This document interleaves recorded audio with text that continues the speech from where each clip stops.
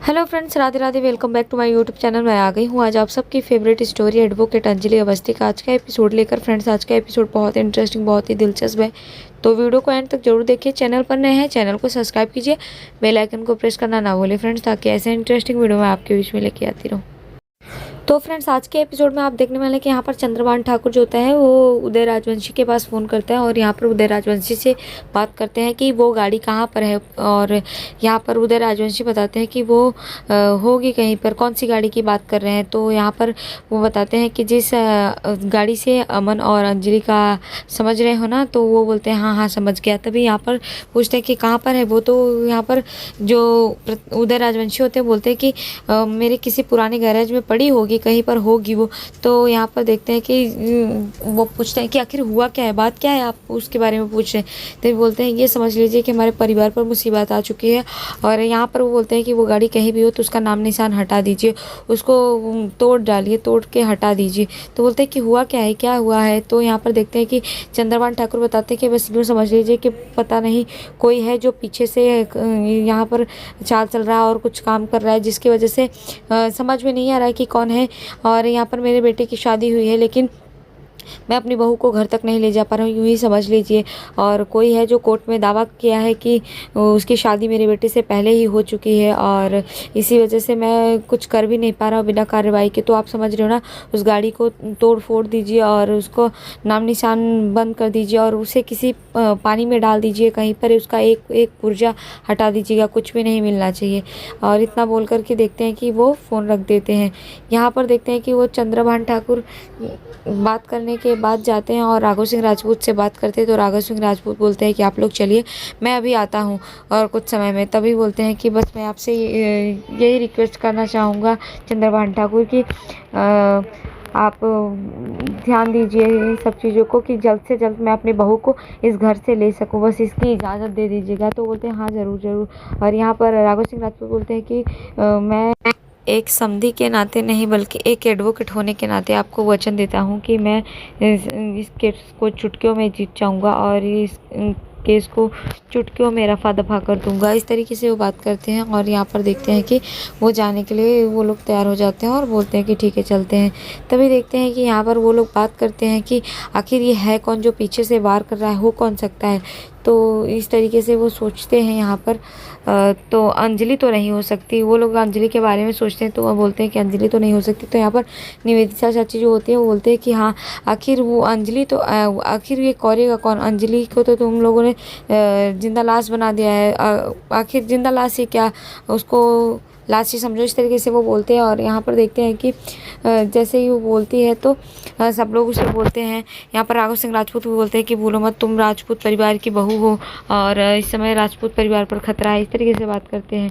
और तभी देखते हैं कि वो यहाँ पर इस चीज़ को बोल करके चली जाती हैं।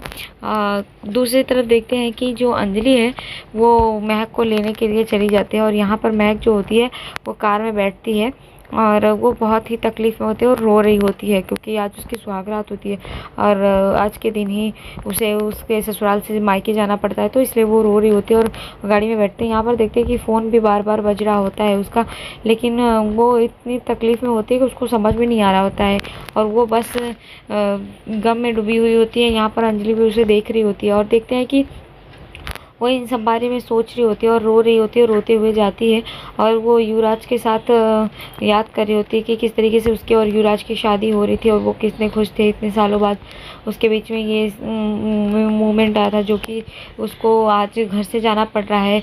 तो ये सब चीज़ें सोच करके युवराज को सोच करके वो युवराज को बहुत मिस कर रही होती है और यहाँ पर होती है। यहाँ पर देखते हैं तभी वो अपने घर पर पहुँच जाती है और जैसे ही घर पर पहुँचती है तो अंजलि जो है वो जो ड्राइवर का वेश ली होती है उसमें से अपने दाढ़ी मूंछों को निकालते हैं और यहाँ पर देखते हैं कि उसे महक को छोड़ देती है राजपूत हाउस और राजपूत हाउस में महक जाती है।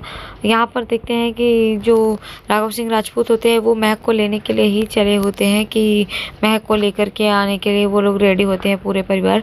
तो यहाँ पर महक जो होती है वो राजपूत परिवार में पहुँच जाती है और जैसे ही वो राजपूत परिवार में पहुँचते हैं तो यहाँ पर देखते हैं कि सब लोग महक को देखते हैं। तो देख करके शॉक्ड हो जाते हैं कि महक यहाँ पर राघव सिंह राजपूत पूछते हैं कि तुम यहाँ पर, तभी महक बोलती है हम कि हाँ, तो वो बोलते हैं कि हम लोग तो लेने ही आ रहे थे तुमको। तभी बोलते पापा आप ही ने तो गाड़ी भेजी थी ना, आप ये क्या बोल रहे हैं, आपने ही तो गाड़ी भेजा था और वो मुझे अभी अभी छोड़ करके यहाँ पर गया। तो इस तरीके से वो बोलते हैं। तभी देखते हैं कि अंजलि जो होती है वो राघव सिंह राजपूत के पास फ़ोन करती है और बोलती है कि तुम्हारी बेटी को सही सलामत घर पे छोड़ दिया है और ध्यान रखिए ऐसे किसी के साथ छोड़िए मत। बेटियां जो होती हैं अभिमान होती हैं और वो यहाँ पर उन्हें छोड़िए मत किसी के साथ ऐसे। तभी बोलते हैं वो कोई और नहीं, वो हमारे दामाद का घर था। तभी यहाँ पर अंजलि बोलती है कि वो दामाद नहीं, वो क्रिमिनल है। तो यहाँ पर वो बोलते हैं कि कौन बोल रहे हो, बोल कौन रही हो तुम। तो अंजलि जो होती है बोलती है कि एडवोकेट बोल रही हूँ, इस तरीके से बोलती है। तो बोलते हैं कि अरे कौन एडवोकेट, नाम बताओ। इस तरीके से वो जानने की कोशिश करते हैं, लेकिन बस वो इतना ही बोल करके फ़ोन काट देती है। और यहाँ पर राघव सिंह राजपूत हैरान हो जाते हैं कि आखिर है कौन। तभी देखते हैं कि वो लोग सोचने लगते हैं। यहाँ पर अभय भी होता है, वो भी बोलता है कि पापा ये है कौन। तो यहाँ पर राघव सिंह राजपूत बोलता है कि वो कोई एडवोकेट बोल रही थी, पता नहीं, मुझे समझ में नहीं आ रहा कि ये कौन है। मेरे सामने कोर्ट में सिर्फ एक ही लड़की थी जो कि आर्ग्यूमेंट करती थी और मेरे सामने खड़ी होती थी, वो थी एडवोकेट अंजलि अवस्थी। तभी यहाँ पर देखते हैं कि बोलते हैं कि वो ऐसा लेकिन वो ऐसा कर ही नहीं सकती। यहाँ पर देखते हैं कि भजन बोलता है कि हाँ उनके घर में एक और भी वकील है ना।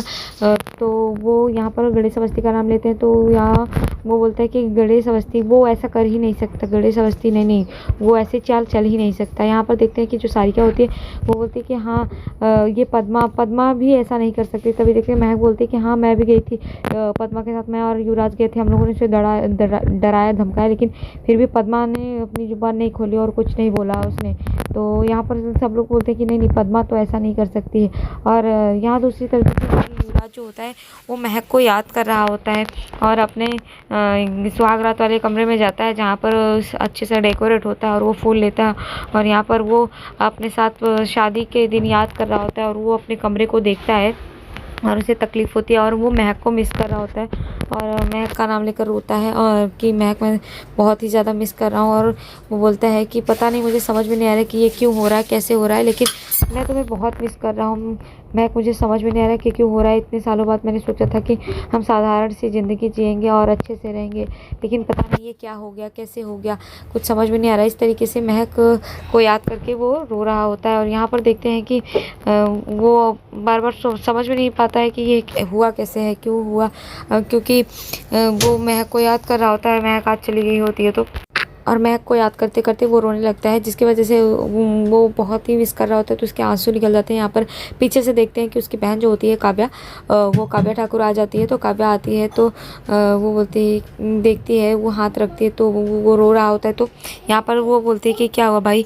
तो वो ये सब क्या हो रहा है। तो बोलते हैं पता नहीं दीदी, मुझे बस समझ में नहीं आ रहा है, मुझे बस यही समझ में आ रहा है कि जिस दिन से वो अंजलि अवस्थी ने व्हील चेयर से खड़ी होकर के अमन का नाम पुकारा था, उसी दिन से ये सब शुरू है। तभी वो बोलते हैं कि इसका मतलब भाई तू यही कहना चाहता है कि वो अंजलि पीछे से वार कर रही। तभी बोलता है नहीं वो ऐसा नहीं कर सकती, क्योंकि उसके बाद तो दूसरे दिन ही भजन और जो सारिका चाची थे सब लोग वहाँ पर गए थे, वैभव चाचू और यहाँ पर बोलते हैं कि राघव सिंह राजपूत, वो सब वहाँ पर गए थे और उन्होंने पता किया तो पता चला कि वो कोई मूवमेंट नहीं करी, वो आज भी जिंदा लाश है, तो वो ऐसा नहीं कर सकती। इतना ही करके वो याद कर रहा होता है। तभी देखते हैं कि यहाँ पर महक भी बहुत मिस करती है और वो फ़ोन करती है युवराज के पास और युवराज के पास फ़ोन करके युवराज को बहुत मिस करती है और बोलते हैं कि मैं बहुत मिस कर रही हूँ युवराज भी उसे बहुत मिस करता है। तभी बोलते हैं कि मैं पहली वो लड़की हूँ जो अपने ससुराल पर जा कर के भी ससुराल की चौखट नहीं लग पाई, सुहागरात की से सजी थी लेकिन